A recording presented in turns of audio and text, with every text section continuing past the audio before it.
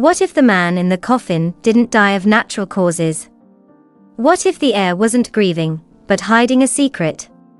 And what if the battle for an empire had already begun? Before the eulogy was over. They came dressed in black, but none of them came for grief. They came for power. For legacy. For blood. One death. One fortune. And one lie that changes everything. Stay close. The will is about to be read. And someone in this room killed for it. The church was silent, but not out of respect. From the marble floor to the crystal chandeliers, everything reeked of old money and hidden agendas. Rows of perfectly polished shoes stood beneath legs that had long stopped trembling at the sight of death. Sobs were absent. No tears stained cheeks. Only whispers slithered through the air like smoke. $80 million, not including overseas assets. She's got the Quinn name, but not the backbone. You think he left it to her? Another voice chimed in, skeptical. She's just a glorified assistant with a last name. Ivy's jaw tightened. 6 years. She had given 6 relentless years to her father's company, knew its structure like the lines on her own hands. Every boardroom tactic, every investor weakness, every dirty little secret hidden in quarterly reports, she knew it all. She didn't need their validation. She had her father's trust. Or so she thought. Ivy stood still beside the coffin, her black dress hugging her frame like armor. Her father's hands were folded peacefully across his chest, but she knew better. Peace had never been his style. Her eyes dropped to the golden plaque on the lid. Jonathan Quinn, beloved father. Visionary entrepreneur. Beloved father. The words nearly made her laugh. Maybe. But he was also ruthless. Cold. Calculated. And yet, for all his flaws, he was her father, and she had fought tooth and nail for his approval. Now he was gone. And the vultures were here.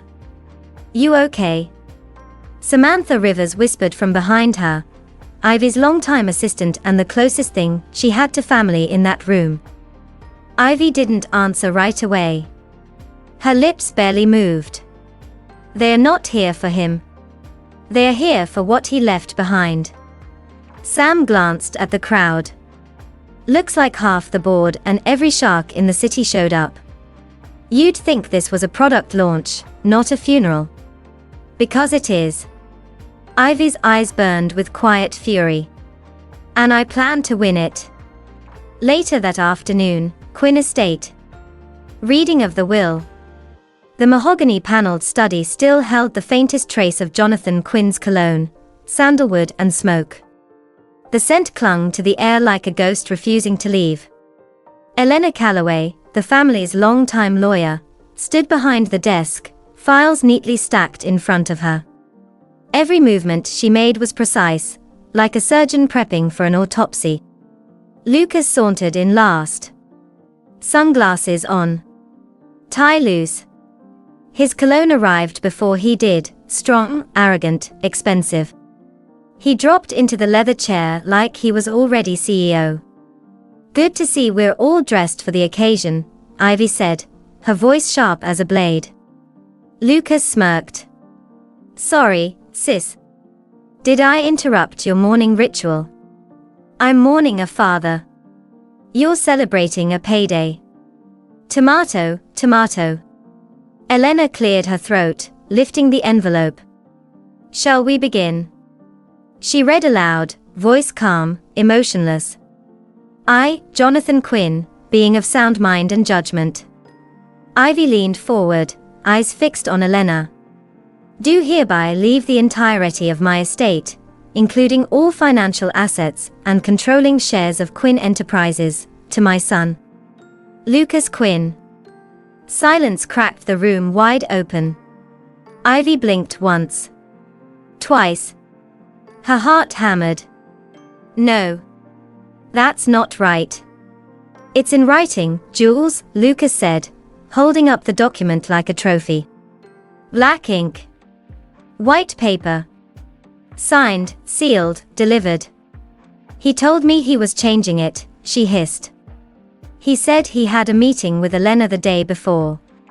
Elena interrupted, too quickly. That meeting was cancelled. By who? Ivy shot back. Elena looked down. It was. I don't recall. There's no note in the calendar. How convenient. Look, Lucas leaned forward, resting his elbows on his knees. Dad probably realized putting the company in your hands was like handing a loaded gun to a toddler. Ivy stood. Her voice trembled, but not from fear. You've never worked a day in that company. Not one. You were too busy crashing cars and torching trust funds while I sat in board meetings, ran operations, cleaned up his messes. She pointed to the desk and yours. And yet, here we are. Lucas smiled, slow and poisonous. Turns out, being the screw-up still pays better than being the pet. Ivy turned to Elena again, quieter now, deadly focused. You know he didn't want this. He was going to change it. I want access to his files. His call records. His emails. Something doesn't add up. Elena hesitated. Ivy. Perhaps this isn't the time. It's exactly the time. Lucas stood, grabbing the will. You lost. Deal with it. Maybe try grieving like a normal person. Ivy didn't flinch. You may have the paper. But I know my father. And I know this isn't how the story ends. The Quinn Enterprises headquarters loomed above the city like a monument to ambition. A tower of glass and steel, built by Jonathan Quinn's ruthless brilliance, and now, possibly, tainted by blood. Ivy stepped out of the elevator on the top floor, heels echoing against the marble as she walked through the familiar corridor. She had spent the last 6 years of her life here, midnight strategy sessions, crisis meetings, endless battles to prove herself in a world that only saw her as the boss's daughter. Now, it wasn't hers. The frosted glass doors to the CEO's office were wide open. Inside, Lucas sat sprawled behind their father's massive oak desk, legs kicked up, sipping whiskey from a crystal glass that used to belong to Jonathan himself. The smell of expensive scotch and mockery filled the room. Well, well. Look who finally decided to show up. Lucas raised his glass. Care for a drink? Or are you still busy grieving professionally? Ivy didn't blink. You're sitting in a chair that doesn't belong to you. Lucas smirked, reached into the desk drawer, and pulled out a copy of the will, creased, worn, but still legally binding. He tossed it across the table like a winning poker hand. Actually, it does. She picked it up without flinching, eyes scanning the familiar lines. You may own the company, Lucas. But you don't control it. Lucas leaned back, amused. What are you talking about? Ivy reached into her bag, pulled out a thick, sealed folder, and slid it onto the desk in front of him. This, she said, voice low and calm, is a notarized power of attorney. Signed 3 days before Dad died. It gives me full operational authority over Quinn Enterprises. Lucas's smile froze. You're lying. You'd love that, wouldn't you? She opened the folder, revealing the official signature and legal stamps. But no. This is real. And it means while you might own the shares, you can't run the company without the board's approval. Lucas stood suddenly, the chair screeching back. This is bullshit. No, this is business, Ivy shot back, stepping closer. The kind you never bothered to learn. The kind Dad trusted me with. He glared at her, veins visible in his neck, fists clenched at his sides. You think this changes anything? The board won't back you. They see you as the emotional wreck with a martyr complex. Ivy tilted her head. Maybe. Or maybe they'll see a leader who didn't poison her way to the top. The words hung in the air like a gunshot. Lucas's eyes narrowed. Careful, Jules. Accusations like that. They come with consequences. And I'm going to prove it. By midnight, Quinn Enterprises was deserted, except for one room lit by the glow of a single desk lamp. Ivy sat alone in her father's private office, surrounded by ledgers, encrypted drives, and coffee gone cold. The scent of aged leather and dust still clung to the room, but it didn't feel like his space anymore. It felt violated. You left me breadcrumbs, didn't you? She whispered, staring at the framed photo of her and Jonathan taken 10 years ago. I just have to follow them. She had pulled his final 3 months of financial records, personal and corporate. At first glance, everything looked pristine. Of course it did. Jonathan Quinn didn't make amateur mistakes. But Ivy wasn't looking for mistakes. She was looking for intent. Click. Another transaction loaded on her screen. And then she saw it. $3,250,000, transferred to external account reference ID, X47 Canopy. Date, 2 days before his death. $3 million. To who? She murmured. And why would he move that much? Right before he... She paused, scrolled further. There were more. Smaller amounts, staggered every week over the past 2 months. Nearly $7 million in total, all directed toward accounts that didn't match any known subsidiaries of Quinn Enterprises. Her fingers flew across the keyboard. She accessed the company's internal audit logs, cross-referenced them with shareholder records, until something even more jarring popped up. No, she breathed. Multiple share blocks, each valued in the millions, had been quietly transferred to a shell corporation registered in the Cayman Islands. No name. No address. No traceable ownership. Dad never would have authorized that. Then something else clicked. The calendar. Ivy opened her father's encrypted schedule, the one only she and his assistant had access to. She scrolled to the week of his death. There it was, meeting, Elena Calloway. Subject, will share adjustments. Time, 10 a.m. Date, the day before his death. But it had been cancelled. No reschedule. No reason. Just gone. Ivy grabbed her phone, dialing fast. Sam, I need you. Middle of the night kind of need you, or morning coffee kind of need you. Poison and money laundering kind of need you. A pause. Give me 10 minutes. 30 minutes later, Samantha stood beside her, scrolling through the same reports. Her brows furrowed. Jesus, Jules. This isn't just off, it's surgical. Exactly, Ivy muttered. Whoever did this knew what they were doing. They siphoned off money, moved shares, erased meetings. It's a clean-up job. A fast one. You think Lucas is behind all of it? I think Lucas isn't smart enough to orchestrate this alone. But he had motive and access. Sam pointed to the Cayman transfers. You think this was why your dad wanted to rewrite the will? Ivy nodded slowly. Something scared him. Or someone did. He was about to change everything. Then suddenly, he's dead. Heart attack, they said. But now. She looked up, her voice colder. Now I don't believe in coincidence. Ivy stared out the window, eyes catching her own reflection in the glass, a woman now teetering between grief and fury. He was silenced before he could undo something. I'm going to find out what.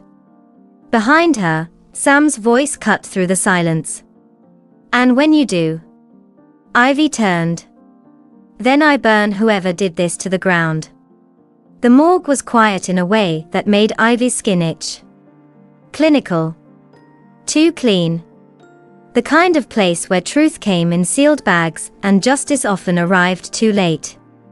Detective Nolan Graves led her past 2 empty gurneys and into the cold, fluorescent-lit lab. His presence was steady, grounded, like someone who'd seen too much and had learned to live with the weight of it. "I'm not showing you this to give you closure," he said, holding a thin manila folder between gloved fingers. "Closure doesn't come in a report. What you're about to read, it opens more doors than it closes." Ivy didn't flinch. Her eyes, rimmed with exhaustion and fury, met his directly. "I'm not here for peace, detective. I'm here for answers." Graves nodded and passed the folder to her without another word. She opened it. At first, the lines blurred, words like concentration levels, symptom mimicry, and toxic compound meant little to her fractured brain. But one phrase was underlined, bold, circled twice in red ink. "Thallium sulfate lethal dose confirmed." "Oh my God," she whispered. Graves leaned against the metal table, his voice low. "It's not easy to get. You need connections. Black market pharmaceutical labs, overseas brokers. Most coroners don't even test for it anymore. It mimics myocardial infarction to the letter. Unless someone's looking for it." Ivy's hands began to shake. "But someone was looking for it." "Yeah," Graves nodded, solemn. "You?" 2 hours later, Ivy sat in her father's study, lights dimmed, whiskey untouched, surrounded by echoes of a legacy now stained with betrayal. Sam paced behind her, clutching a steaming mug. "Let me get this straight," Sam said, her voice tight with disbelief. "Jonathan Quinn didn't die of a heart attack. He was murdered. And you think Lucas did it?" Ivy didn't answer immediately. Her eyes were fixed on the laptop screen, which displayed Quinn Enterprises' internal security logs from the night before Jonathan's death. "I don't think, Sam. I know." She hit play. Security footage flickered into life. It was grainy, time-stamped 11:46 p.m. The corridor outside Jonathan's office, empty at first. Then, a figure entered the frame. Lucas. He moved like he belonged there. Gloved hands. Hoodie up. He approached the office door, pulled a key from his coat pocket, and slid it into the lock. Click. Open. Gone. He was inside for 19 minutes, Ivy murmured. Long enough to find the will. You're saying he knew Dad was going to change it? Ivy nodded. Dad told me 3 days before he died. He said, I need to make things right. I thought he meant with me. I didn't know he meant the will. And Lucas found out somehow. He must have been monitoring Dad's calendar. Or maybe someone tipped him off. She stood suddenly, pacing now. He broke in, found the draft, or worse, found the conversation notes with Elena, and realized he was about to be disinherited. Sam's voice was quiet. So he poisoned him. With thallium sulfate. Ivy's voice cracked. He turned our father's body into a crime scene and walked away without a scratch. Then he forged grief at the funeral. Claimed the company. Sat in his chair. Drank from his goddamn glass. She turned to face Sam, tears finally gathering in her eyes, but refusing to fall. He made it look like Dad just collapsed. Like nature took its course. No one questioned it because everyone believed he was under pressure. But Lucas didn't just kill a man, he killed the last person who believed in me. Sam stepped closer, her expression softening. So what do we do? Ivy's voice turned steel. We don't go to the police yet. Not until we have every piece. Not until we can bury him with the truth the same way he buried Dad with lies. Sam nodded. And Elena? Ivy hesitated. She either helps us, or she's part of this. I'm not ruling anyone out anymore. The next morning, Ivy stood outside her father's office building, shoulders squared, heart pounding. A storm was building inside her. He thought he won. She pulled out the original appointment record, now highlighted in yellow. Meeting, Elena Callaway, will update discussion, 10 a.m. Then beside it, the system note. Cancelled, no reason given. He erased his future with ink. And poison, she whispered. But I'm still here. And I've got the fire. The boardroom on the 59th floor of Quinn Enterprises had once felt like home to Ivy. Now, it felt like a war zone. The walls were still lined with her father's framed awards. The city glittered outside the glass like it hadn't lost its king, but inside, the air was razor thin. At the head of the long table, Graham Langston, chairman of the board, adjusted his glasses and cleared his throat. Ms. Quinn, we gave you this time slot to discuss your concerns. He glanced at Lucas, seated smugly to his right. We'll hear your case. But do keep in mind, company leadership is not determined by emotions. Good, Ivy replied, stepping forward in a charcoal suit that matched her tone. Because what I'm about to show you has nothing to do with emotions, and everything to do with facts. Lucas scoffed. This should be good. Ivy ignored him. She placed a leather folder on the table and opened it with a deliberate, steady motion. Let's start with this year's financials. She tapped the screen behind her. A presentation came alive, charts, numbers, documents flickering into view. Over the last 6 months, nearly $12.4 million in company funds were rerouted into offshore accounts and private ventures, none of which had board approval. Here, she clicked again, are the investment statements tied to those accounts. All under Lucas Quinn's alias holdings. Gasps. Murmurs. A few board members leaned forward, squinting at the screen. These include, Ivy continued, a cryptocurrency mining operation in Venezuela that failed within 3 weeks. A luxury real estate flip in Mykonos that was foreclosed. And my personal favorite, a failed NFT startup based out of a warehouse in New Jersey. That's enough. Lucas snapped, slamming a hand on the table. You're twisting the data. Those were strategic risks. With company money. Ivy turned to him. Or were you hoping no one would notice while you sipped $1,000 bourbon from Dad's desk? Langston raised a hand. Mr. Quinn, you will remain silent until the presentation is complete. Ivy looked at each board member, her voice sharpening. I worked under Jonathan Quinn for 6 years. I know how this company breathes. I know its systems, its people, its values. Lucas doesn't even know where the servers are stored. This is a vendetta, Lucas growled.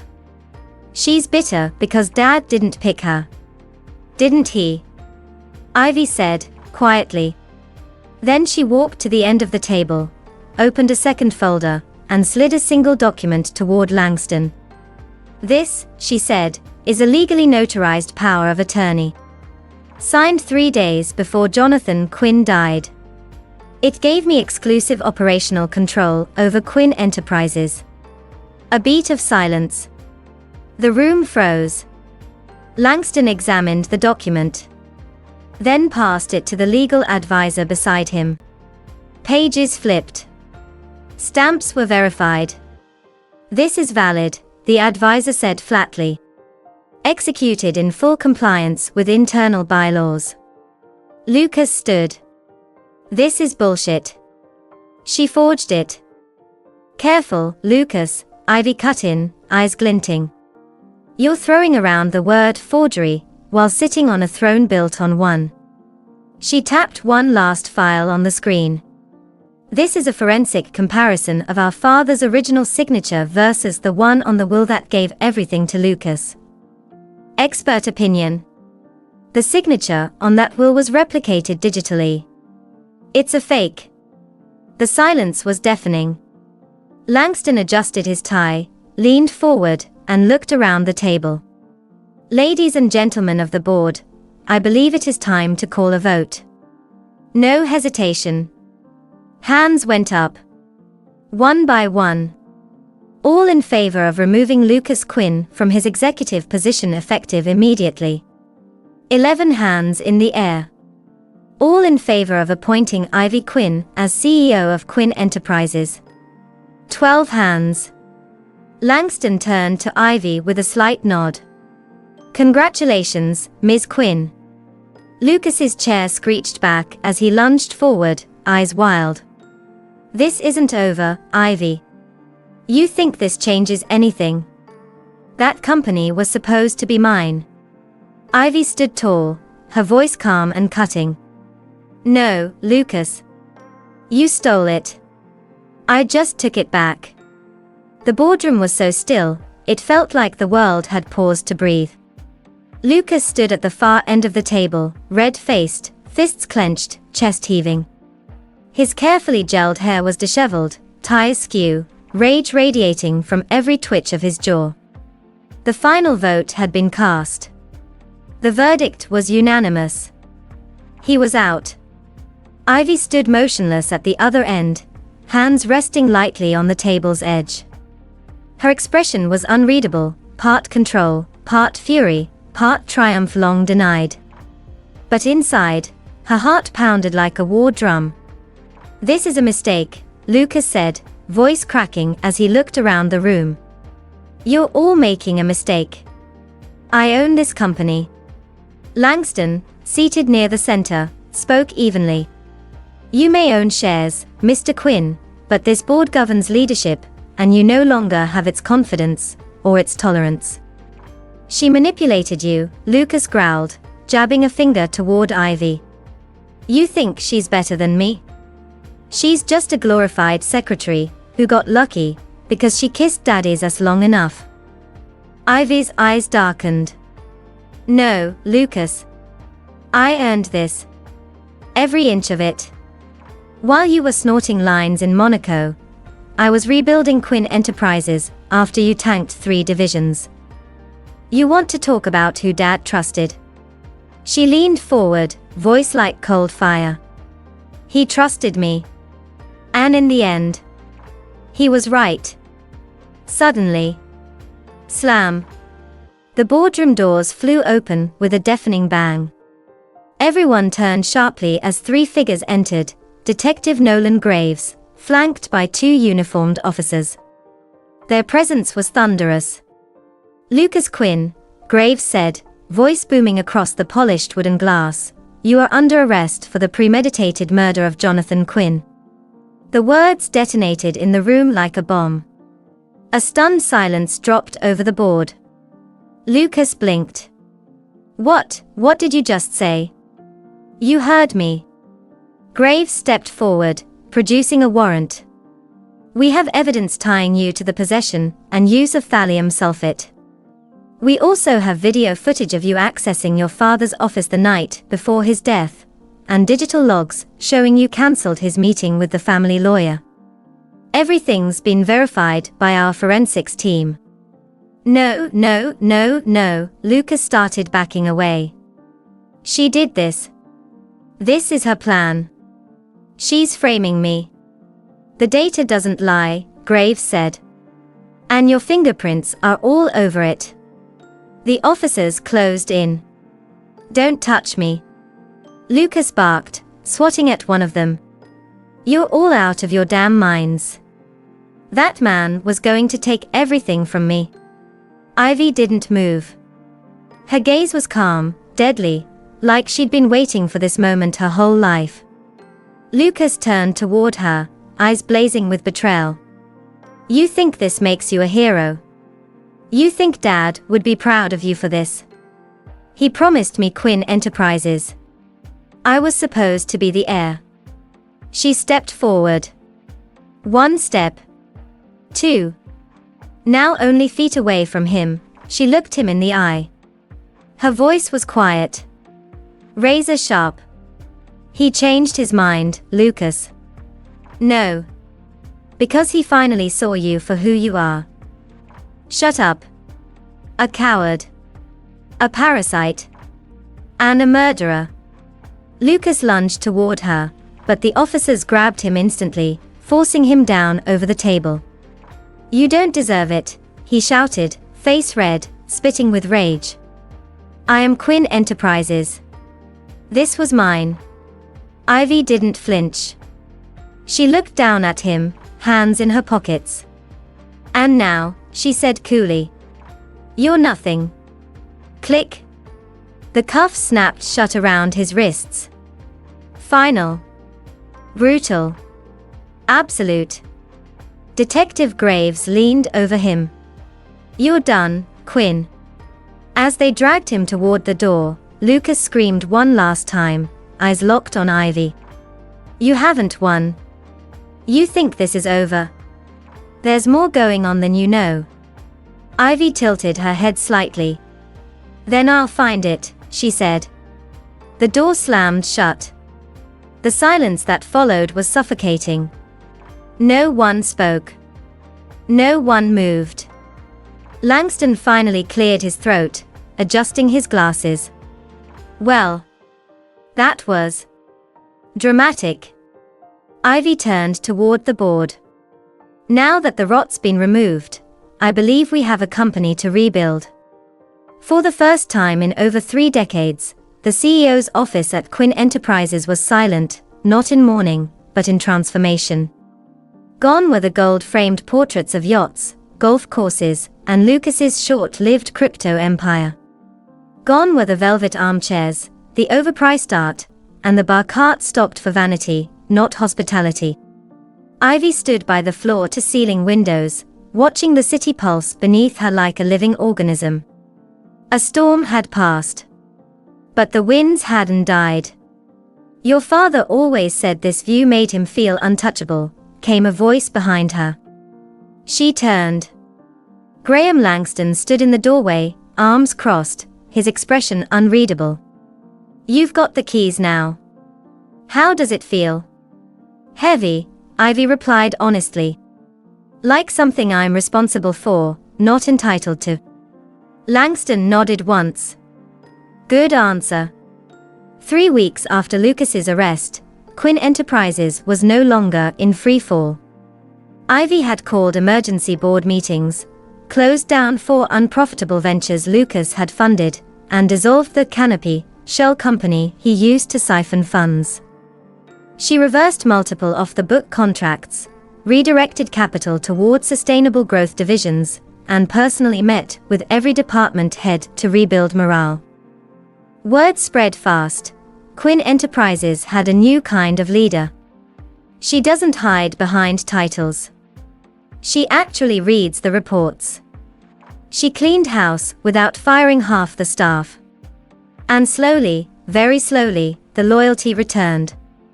In the atrium of the building, once adorned with Lucas's oversized branding campaign, now stood a towering silver sculpture commissioned by Ivy, a phoenix rising from fractured steel.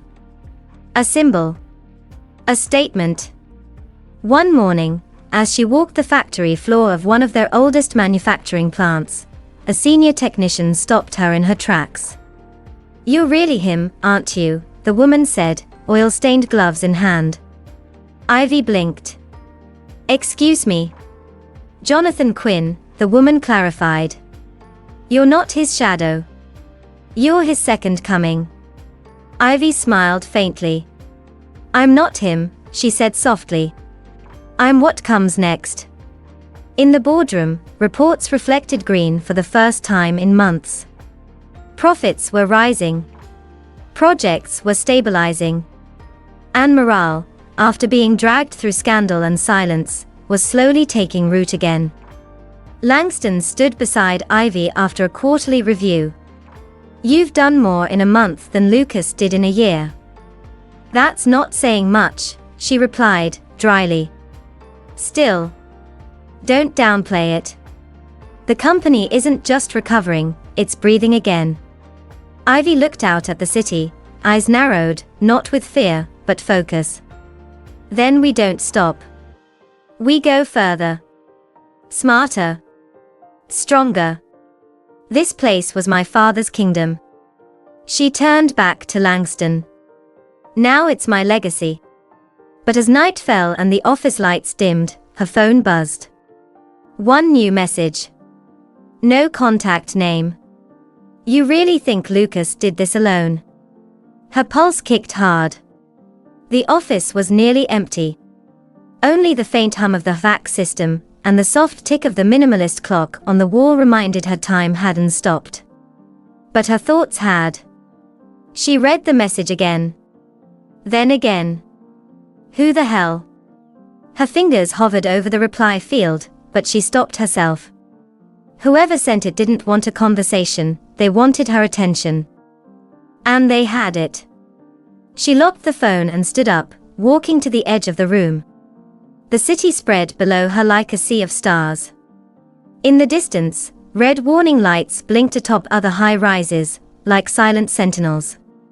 Lucas wasn't working alone. Everything she'd uncovered, every lie, every transfer, every forged signature, had pointed to him. The poison. The office break-in. The cancelled meeting with Elena. All signs led to her brother. But now, if someone else pulled the strings, who were they? Ivy sat down at her desk again, breathing slowly, fighting the chill that crawled up her spine. Okay, she whispered. Let's think. She pulled up the timeline of her father's last week alive. The offshore accounts. The meetings. The sudden urgency to rewrite the will. It wasn't just fear of Lucas. It was something bigger. Someone was pressuring him. Someone powerful enough to make Jonathan Quinn afraid. Her mind flew to names: Nathan Pierce, her father's old business partner, who vanished after a failed merger. Elena Calloway, the family's lawyer, who cancelled the most important meeting of Jonathan's life without explanation. Even Langston had once been Lucas's ally. Too many loose ends. Too many shadows. A knock at the door made her jump. It was Sam, holding a file and a coffee. You okay? Sam asked, noticing her pale expression. You look like you've seen a ghost. Ivy didn't answer right away. Instead, she turned the phone around and showed Sam the message.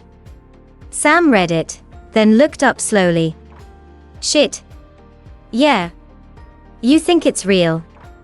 If it's not, Ivy said quietly, someone went to a lot of trouble to rattle me. And if it is? Ivy looked out the window again. Then this isn't the end of the story. She picked up her phone again, and saved the number under one word. Unknown. Then she opened a new file on her computer. Title: The Puppet Master. She leaned back, voice steady now, as the adrenaline faded into focus. If someone out there thinks I'm afraid, they don't know me yet. Empires don't fall in a single day. They fracture, slowly, silently, until the crack becomes a scream. Ivy Quinn had watched her father's legacy collapse under the weight of secrets, betrayal, and blood. She had clawed her way through lies spun by family, manipulated by legacy, haunted by love twisted into ambition.